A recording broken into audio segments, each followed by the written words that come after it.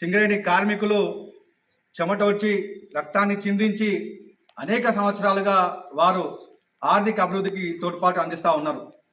సింగరేణి సంస్థ ఇప్పటికి రాష్ట్రానికి సుమారు 1,00,000 కోట్లకు పైగా ఆదాయాన్ని ఆర్జించినటువంటి సంస్థ అభివృద్ధికి పనిచేసినటువంటి సింగరేణి కార్మికులు, రిటైర్ అయినటువంటి కార్మిక అన్నలు ఈ రోజు ఏ పరిస్థితుల్లో ఉన్నారని చెప్పి ఆలోచన చేయవలసిందిగా కోరుతా ఉన్నా.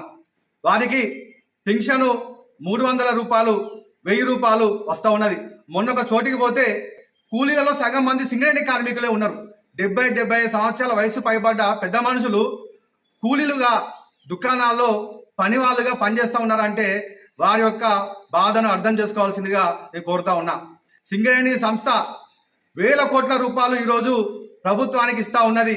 అదే కార్మికులకు ఖచ్చితంగా కనీసం పెన్షన్ 18,000 చేయాలని చెప్పేసి ఈ సందర్భంగా మేము డిమాండ్ చేస్తూ ఉన్నాం.